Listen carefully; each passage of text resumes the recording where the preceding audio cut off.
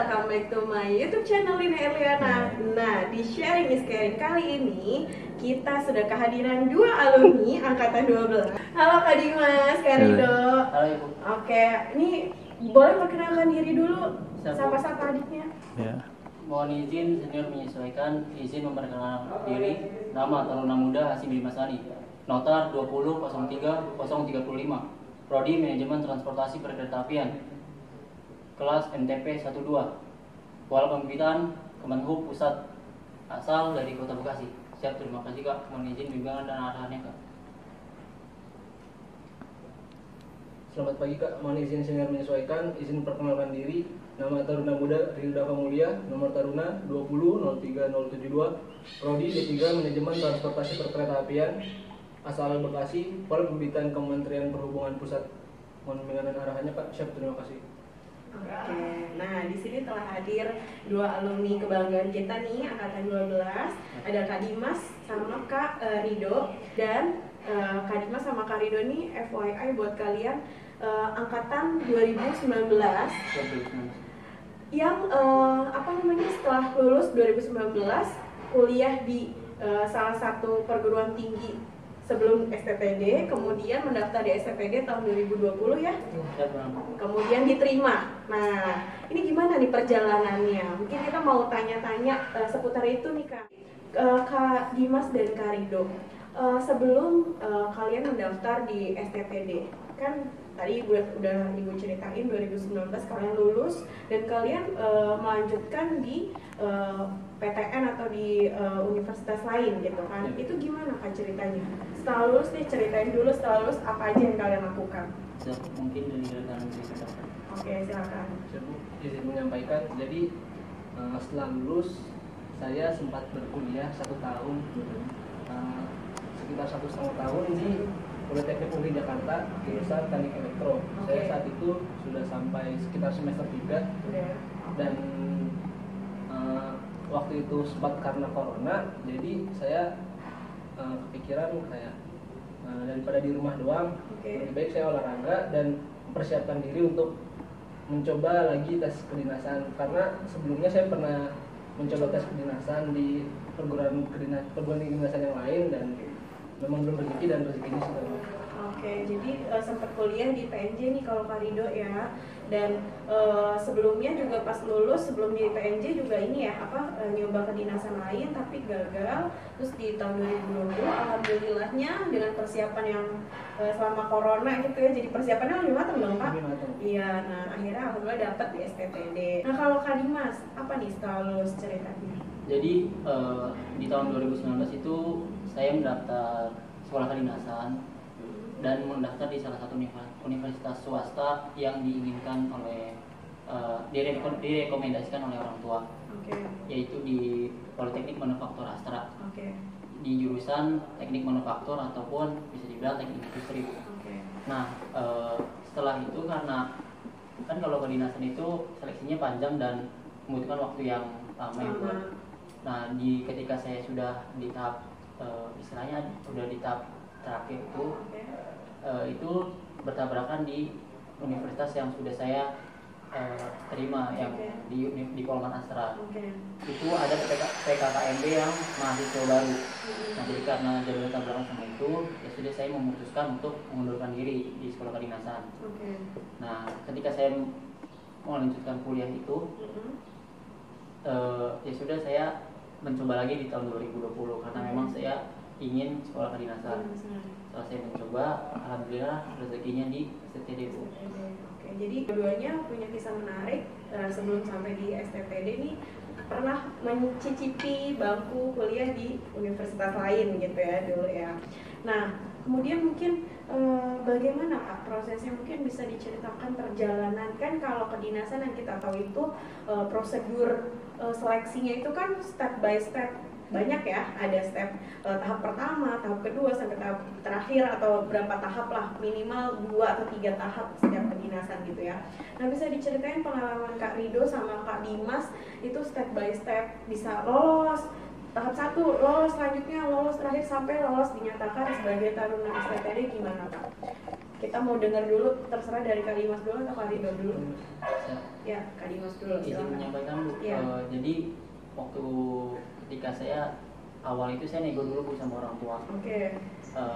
Saya ingin mencoba lagi tahun depan. Mohon doa restunya dan mohon didukung. Dan alhamdulillah orang tua mendukung. Lalu diizinkan untuk mencoba lagi mendaftar kedinasan STPD di tahun 2020. Nah setelah saya itu karena ini kan corona Ibu ya, ada positifnya juga, nggak selamanya negatif. Jadi di situ karena kuliah online, jadi saya juga bisa mempersiapkan diri saya untuk tes kedinasan untuk SKD, seleksi kemampuan dasar itu Bu. Nah jadi setelah itu, setelah hasil SKD keluar, saya langsung mengundurkan diri di universitas yang saya di Apol Manasar itu, karena saya mikir oh ini mungkin kesempatan saya dan saya harus mengambil kesempatan ini, karena mungkin ketika saya di situ lolos Bu langsung. Ketika saya SKD, alhamdulillah itu poin saya 368 dan dinyatakan lolos, saya langsung mengundurkan diri untuk fokus di STD. Setelah itu saya lanjut ke tahap kesehatan jiwa Bu. Itu tahap ketiga itu Bu. Setelah ketiga berarti ya? Ya jadi ada administrasi. Tahap pertama administrasi, tahap kedua SKD, tahap ketiga kesehatan jiwa. Kesehatan jiwa itu berupa apa tesnya? Kesehatan jiwa tuh jadi nanti kalian diberikan 500 soal. Kalau saya waktu itu 500 soal. Saya diberikan 500 soal tentang kepribadian saya, tentang kejiwaan saya. Itu setelah itu baru kita ke kesehatan umum Bu. Kesehatan umum apa? Jadi kalau kesehatan umum itu seperti kesehatan mata, kesehatan postur tubuh, telinga, terus kayak medical check up di seluruhnya dari atas ujung kepala sampai ujung kaki itu semua diperiksa. Nah setelah itu setelah saya di kesehatan umum langsung ke kesemaptaan Bu. Kesemaptaan itu saya di sekolah tinggi, ambilnya di sekolah tinggi ilmu pelayaran Bu. Jadi ketika memilih lokasi itu, lokasi terdekat itu boleh yang selama itu masih satu instansi dengan Kementerian Perhubungan. Jadi saya memilih di STIP, Sekolah Tinggi Ilmu Pelayaran, karena lebih dekat dari rumah saya. Nah saya tes kesemaptaan yaitu lari 12 menit. Untuk taruna itu harus 6 putaran atau lebih. Dan untuk push up itu 42 itu poin 100 Bu. Selama 1 menit. Selama 1 menit. Dan setelah itu ada sit up. Kita juga 42 itu poin 100 selama 1 menit. Setelah itu sasaran. Sasaran itu jadi kita cari angka 8 selama 3 kali dengan waktu yang poin 100 itu 16 detik. Panjang 10 meter. Sekitar 10 meter. Nah setelah itu alhamdulillah saya dinyatakan lulus ya pengumuman. Nah setelah itu lanjut kita ke tahap physical test. Physical test itu kurang lebih 5 tahun dulu banyak. Iya. Ada yang gambar, verbal dan nah setelah di physical test baru saya dinyatakan lulus. Setelah itu baru langsung masuk ke wawancara. Wawancara itu kita ditanya seputar sejarah sekolah yang kita inginkan dan jurusan apa yang kita mau. Nah itu ditanya-tanya. Kamu tahu sejarah sekolah STPD-nya? Iya, sejarah STPD. Kalau ditanya sekolah sejarah sekolah STPD itu seperti apa? Ini ditanya dan jurusan yang saya mau, kenapa kamu memilih jurusan itu? Nah, setelah wawancara baru itu ada pantauan itu. Nah pantauan akhir itu yang saya tahu itu jadi seluruh poin yang kita dapat dari seleksi pertama sampai akhir itu diakumulasi di ranking. Nanti baru setelah itu pengumuman pantauan. Dan setelah itu jam 3 Bu. Jam 3 malam itu pengumuman pantauan. Dan alhamdulillah sudah memenuhi. Jadi proses dari tahap pertama sampai tahap terakhir pantauan itu berapa lama Kak?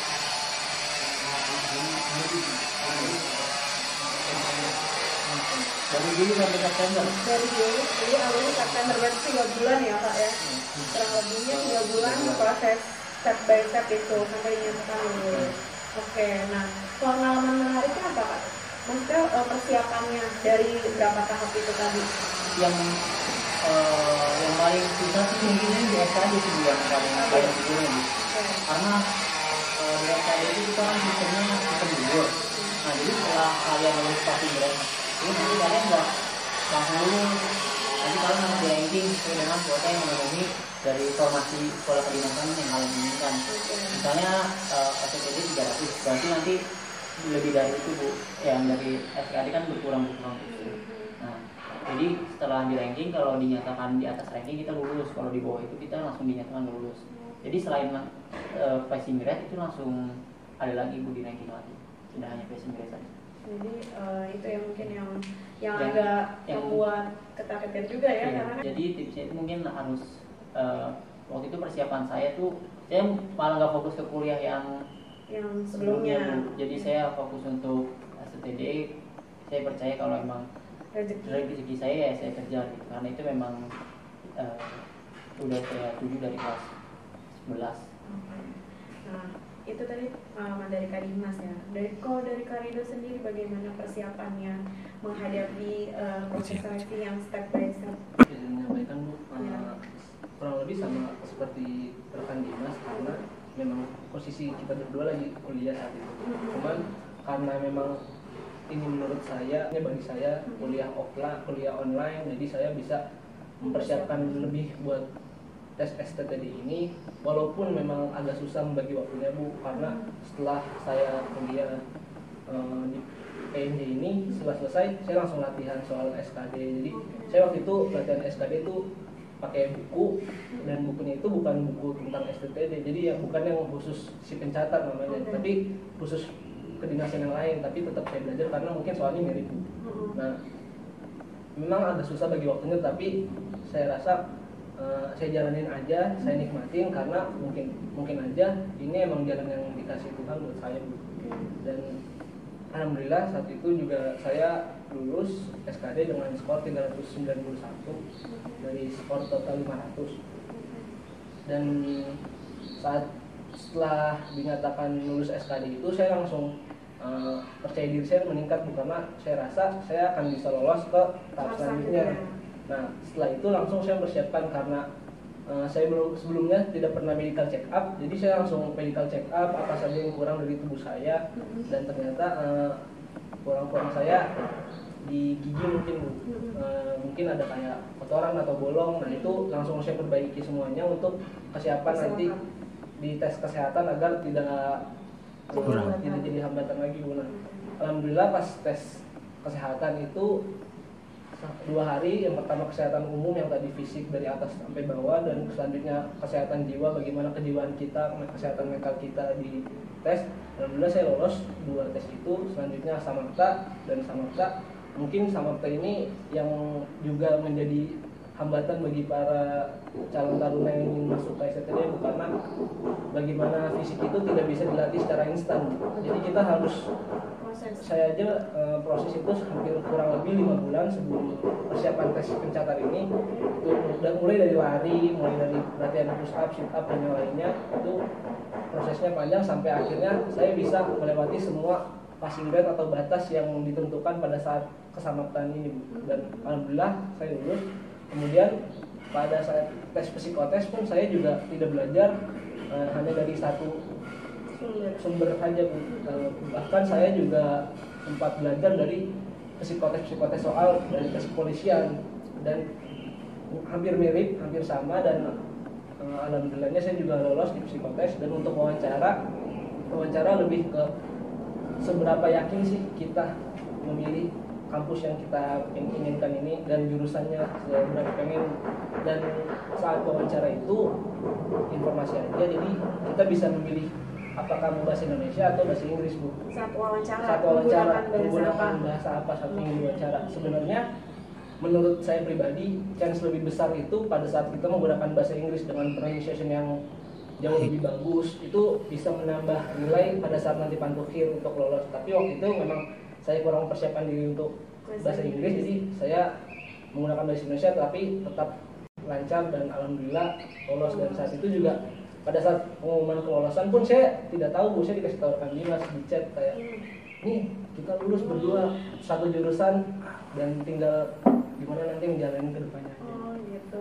Berarti sebenarnya pada saat daftar itu kalian berdua tahu nggak sih sama-sama daftarnya barengan atau cuma pas tahu oh di step berapa nih baru tahu oh ternyata daftar juga ya gitu. Tapi gimana tuh? Saya Bu izin menyampaikan, justru saya yang nanya ke rekan Dimas karena kan dia udah pengalaman kemarin di si pencatat juga, jadi saya sempat bertanya apa tahun ini dia nyoba lagi dan dia nyoba bilang STTD. Nah saya langsung bilang juga, oh saya juga STTD, kalau gitu iya kita juga sempat latihan bareng, lari bareng, fisik bareng, dan ya itu untuk mengetes seberapa siap kita berdua ini untuk saling support, saling support. Jadi proses perjuangannya juga dari sebelum daftar memang berdua udah bareng ya, olahraganya, persiapannya, mungkin belajarnya kan sama lah gitu ya, saling support satu sama lain. Dan alhamdulillahnya sampai Pantokir dua-duanya lolos ya. Oke, jadi menarik banget nih ceritanya, dua-duanya sama punya pengalaman kuliah di universitas lain dulu, terus sama-sama daftar dengan persiapan yang sama-sama berjuangnya bersama. Tadi apa persiapannya? Nah, yang mau Ibu tanyakan tadi kan tentang prosesnya, proses seleksinya. Kenapa alasan kalian mengambil atau memilih tadi jurusannya perkeretaapian? Dua-duanya sama nih, apa janjinya kita nanti barengan aja ya gitu kan ngambil jurusan ini, atau kenapa gitu? Boleh, kan pasti beda-beda nih alasannya ya. Ya, silakan, siapa dulu? Saya bisa menyampaikan Bu, kalau saya pribadi, saya melihat transportasi ini di Indonesia tidak akan habis Bu, karena Indonesia kan terdiri dari banyak pulau. Jadi untuk menghubungkan satu pulau ke pulau yang lainnya, satu tempat ke tempat yang lain itu kan dibutuhkan sebuah transportasi penghubung dari satu tempat ke tempat yang lain. Nah, menurut saya dengan saya memilih transportasi darat ini, kedepannya akan terus berkembang. Apalagi saya melihat kenapa saya memilih kereta yang seperti saya lihat sekarang ini kereta lebih sedang berkembang pesatnya Bu. Kita lihat dari ada MRT dan ACIC yang akan dibangun. Iya, dan yang lainnya itu menjadikan kereta api sebagai raja transportasi di darat di Indonesia saat ini. Mungkin itu yang menurut saya, mendasari saya, wah saya harus ikut berpartisipasi nih dalam perkembangan kereta di Indonesia. Mantap. Gimana Kak Dimas? Saya izin menyampaikan Bu, kurang lebih sih saya melihat juga prospek kedepannya sih Bu. Karena sebagai perpindahan penduduk itu kan membutuhkan suatu transportasi, apalagi sekarang kita melihat yang dibutuhkan itu kebanyakan saya melihat stasiun Bekasi ini saya lihat rame nih karena gak akan mati itu untuk transportasi kereta.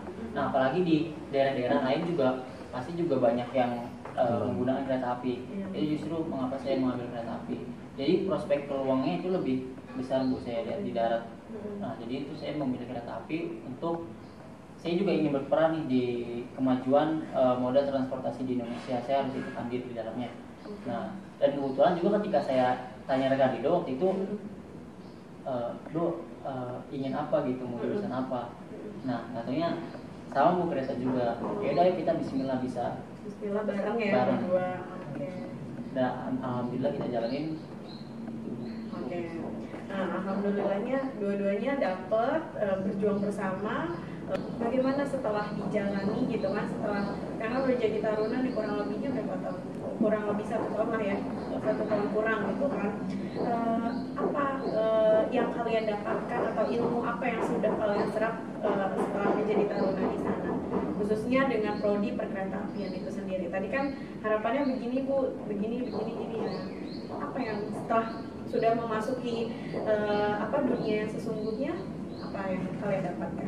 Saya izin menyampaikan Bu, yang pertama sih kita tuh mendapat yang namanya kedisiplinan Bu, itu hal yang paling utama. Betul. Jadi ketika saya sudah dinyatakan sebagai seorang taruna, saya harus mengubah diri saya, harus lebih disiplin untuk saya membawa nama baik alma mater saya. Nah, yang saya dapatkan juga dari prodi kereta ini, saya melihat ada hal yang nggak saya tahu sebelum saya masuk. Misalnya, kereta tuh butuh pembebasan lahan seperti ini, terus butuh pembangunan jembatan dan rel kereta api juga seperti ini gitu. Moda transportasi muatan kereta tuh bebannya muatannya berapa ton seperti ini dan lain-lainnya. Itu yang saya nggak tahu dari sebelumnya saya menjadi mahasiswa dan setelah saya menjadi taruna. Dan ketika menjadi seorang taruna juga apa ya, kayak kita tuh sehari-hari tuh hidup itu ada aturannya di sana. Kita nggak bisa bangun, tidak bisa seenaknya. Kita tidak bisa bangun telat, malas belajar dan lain-lain, karena di sana itu sudah ada aturannya sendiri. Yang paling berpengaruh dalam hidup saya jadi harus lebih disiplin mulai dari bangun pagi. Itu jadi mengubah karakter kita juga ya, maksudnya artinya yang tadinya udah disiplin jadi tambah disiplin gitu. Dan juga kita juga melatih mental kita sebagai seorang taruna. Harus menjadi orang yang positif, membawa hal baik dalam masyarakat, juga membawa attitude kita itu juga harus diperhatikan, karena kita itu sebagai selain pandangan masyarakat. Dan ketika itu pun ketika orang melihat attitude kita sudah nggak baik, juga pasti orang melihatnya masa seorang abdi masyarakat seperti itu. Oke, jadi benar-benar jadi memberikan pembelajaran yang sangat berharga ya buat diri sendiri dan hidup Kak Dimas dan Kak Rido ya, karena kan setiap apa yang kita lakukan kita harus ingat ada aturannya, ya nggak sih, gitu kan. Nah kalau Kak Rido gimana nih Kak Rido? Saya Bu yang menyampaikan kurang lebih kalau dari kedisiplinan sama Bu. Cuman saya menambahkan mungkin dari cara bicara kita Bu, karena sebagai taruna kita ada semacam cara bicara yang sopan dan bagaimana kita nanti ke masyarakat. Jadi dilatih selama di kampus ini dari cara bicara, kita menghormati yang lebih tua, dari cara bicara kita atau rekan kita pun berbeda. Dan kalau dari sisi akademik, banyak sejauh 2 semester ini yang saya jalani, banyak hal-hal yang memang tadinya saya belum tahu perkereta-apian, jadi saya lebih tahu. Dan saya karena pengen tahu itu, saya jadi lebih pengen mengulik lagi apa sih yang ada di perkereta-apian di Indonesia ini.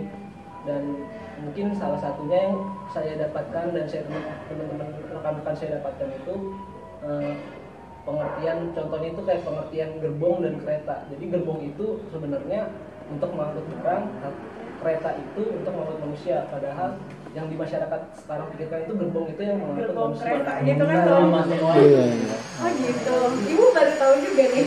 Jadi memang itu yang harus kita sounding ke masyarakat, bahwa gerbong dan kereta ini berbeda. Jadi dia memakai kereta, makanya ada tarif kereta perkereta, tapi dia juga harus tahu apa manfaatnya dan bagaimana proses kereta gitu ya. Gerbong sama kereta beda kan. Kita masyarakat awam tuh selalu bilangnya itu masuk ke gerbong kereta berapa gitu kan. Oh jadi gitu ya. Oke, jadi ada perbedaan ini, menarik banget yang jadi kita tahu ya. Nah kemudian ada lagi nggak Kak Rido? Kalau untuk pelajaran mungkin kita belajar dari semua aspek ya, seperti apa aja peraturan yang ada di kereta, bagaimana proses perkereta-apian, bagaimana manajemen dari perkereta-apian dan stasiun, itu semua kita belajar. Dan benar-benar itu sangat bermanfaat sekali saat nanti kita sudah lulus dari STPD. Jadi sama ya, lagi-lagi banyak pembelajaran yang tadinya belum tahu, jadi lebih tahu. Dan pengen, ini kan baru semester 2 berarti ya Kak Dimas sama Kak Rido, pengen lebih dalam lagi mungkin nanti setelah semester selanjutnya gitu. Mudah-mudahan diberikan kelancaran ya studinya. Nah oke, berarti menarik banget nih tadi cerita Kak Dimas sama Kak Rido. Nah lalu mungkin apa sih sebenarnya harapan Kak Dimas dan Kak Rido nih, setelah kan tadi kan banyak banget pembelajaran yang telah diperoleh dari sebelum sampai sesudah masuk gitu kan. Harapannya nanti ke depannya untuk diri sendiri setelah lulus mungkin gitu kan, atau tentang terkait dengan ilmu yang udah didapat gitu kan, harapannya pengen jadi apa atau pengen bagaimana sih nantinya ke depannya, dari Kak Rido atau Kak Dimas boleh? Saya ingin menyampaikan mungkin untuk kedepannya saya berharap saya bisa lebih baik lagi dalam hal kedisiplinan dan mengenai akademik. Saya semoga kedepannya itu makin bisa lebih mengulik dalam lagi tentang perkereta-apian dan bisa mengaplikasikannya kepada masyarakat, karena mau bagaimanapun ilmu yang kita dapat ini nanti juga kita akan berikan kepada masyarakat sebagai abdi masyarakat. Dan mungkin mengenai kedepannya setelah lulus nanti itu kan tergantung kampus penempatannya ya. Yang penting bagaimanapun kita harus siap untuk melayani masyarakat sepenuhnya dimanapun dan kapanpun. Oke, lalu Kak Dimas? Saya Bu izin menyampaikan Bu, saya ingin yang pertama menjadi abdi masyarakat yang istilahnya menjadi jujur, disiplin dan bertanggung jawab. Jadi di sini yang saya harapkan dari diri saya harus mengenal norma-norma yang ada di dalam masyarakat. Karena bagaimanapun saya itu sebagai pengabdi pedagang kepada masyarakat, yang saya itu harus melayani masyarakat dengan sepenuh hati, dengan keikhlasan. Nah, jadi yang saya harapkan dari diri saya nantinya itu ilmu saya bisa saya terapkan di masyarakat, melayani masyarakat dengan baik. Nah, jadi agar nanti banyak tuh masyarakat yang mau, saya memilih data nih karena pelayanannya bagus, dari segi teknologi juga bagus, kebersihannya, keamanannya dan lain-lain. Jadi saya berharap selain mengubah diri saya juga ingin memajukan perkereta-apian di Indonesia agar lebih maju seperti negara-negara lain. Jadi bisa lebih mengaplikasikan ilmu yang dipelajari saat studi dengan nanti setelah lulus tuh terjun di lapangan sebagai abdi masyarakat, abdi negara gitu. Mungkin prodinya kan Mas sama Karido kan perkereta-apian. Lalu di STTD kan jurusannya nggak cuma perkereta-apian ya. Nah, yang kalian tahu ada apa aja sih, terus perbedaan dengan prodi yang kalian pelajari itu seperti apa? Saya bisa menyampaikan Bu, jadi di STTD itu ada 3 program studi Bu. Yang pertama D4 transportasi darat, yang kedua ada D3 manajemen transportasi jalan, dan yang ketiga itu ada manajemen transportasi perkereta-apian Bu. Nah, yang pertama itu D4 transportasi darat, itu mengemban studi tentang seluruh transportasi darat yang ada di Indonesia, termasuk bus, terminal, stasiun dan lain-lain. Itu seperti wadahnya Bu, dengan mengempu pendidikan selama 4 tahun. D4 ya. Siap D4 Bu. Nah, setelah itu ada manajemen transportasi jalan. Nah, yang saya tahu di manajemen transportasi jalan itu juga mengemban pendidikan selama 3 tahun. Itu belajar tentang bagaimana sih manajemen jalan yang ada di Indonesia itu, misal jalan-jalan yang ada di daerah perkotaan, pergerakan masyarakat itu kemana gitu Bu. Jadi mengikuti alur pergerakan masyarakat antara satu daerah ke daerah lain. Nah, itu yang saya tahu dari manajemen transportasi jalan. Nah, Karido mungkin saya mungkin penambahan sedikit. Gampangnya transportasi darat ini, kalau dari transportasi darat membahas keseluruhan transportasi darat yang ada di Indonesia, baik itu dari angkutan umum, angkutan barang, dan perkereta-apian. Dan kalau D3 manajemen transportasi jalan ini lebih kepada yang ada di jalan saja, tidak melingkup ke perkereta-apian, hanya sekedar angkutan umum, angkutan jalan, dan bagaimana masyarakat itu bisa terhubung dengan satu angkutan ke angkutan lainnya. Dan kalau perkereta-apian, ya kita hanya belajar ke perkereta-apian saja, tidak kayak angkutan-angkutan umum di jalan gitu. Mungkin ada lagi nih pertanyaan yang mungkin terkait dengan biaya. Mungkin kan Kak Rido sama Kak Dimas itu kan kemarin ibaratnya setahun yang lalu ya, berarti udah 2 semester kan. Setahun yang lalu itu pada saat dinyatakan lolos, apakah ada mengeluarkan biaya untuk administrasi masuk ke STTD? Itu mungkin yang banyak dipertanyakan oleh adik-adiknya. Saya bisa menyampaikan Bu, untuk biaya emang ketika perseleksi itu ada biayanya. Nah, ketika setelah masuk dinyatakan lulus sebagai seorang taruna ataupun taruni STTD, itu udah semester itu udah nggak ada biaya sama sekali Bu. 0 berarti. 0 rupiah. Untuk satu semester itu udah nggak ada biaya apa-apa. Nah, yang ada hanya uang di awal aja. Itu tuh untuk perlengkapan kita selama 3 tahun atau 4 tahun. Ya. Jadi udah untuk biaya semester itu udah nggak ada. Nah, untuk biaya administrasi di awal itu kan setiap seleksi itu beda-beda kan ya. Nah, itu kisarannya berapa Kak? Saya bisa menyampaikan mungkin kalau untuk SKD sama ya sekitar 50.000. Untuk yang kesehatan dan keselamatan itu setiap tempat tes itu beda-beda. Seperti saya waktu itu tes di STPD, sedangkan rekan Dimas tes di STIP itu berbeda kisaran harganya, mungkin sekitar 1 jutaan, tapi itu memang tidak terlalu jauh bedanya di setiap tempat tes. Dan setelah kalkulasi itu di wawancara dan psikotes itu sekitar 150.000. Jadi hanya itu saja yang dikeluarkan. Kemudian di awal untuk penerapan, setelah itu per semesternya sampai dengan saat ini ya Kak ya udah semester 2 0 rupiah. Jadi mungkin buat adik-adiknya yang pengen lanjut kuliah entah di universitas, PTN atau kedinasan gitu kan, biasanya yang ditanyakan ini soalnya gitu kan. Nah kemudian kan kalau saat ini kan STTD ini ada apa tadi pola pembibitan perhubungan dan Pemda Bu pemerintah daerah. Oke, artinya Kak Dimas sama Kak Rido ini kan masuk otomatis statusnya CPNS. Betul ya?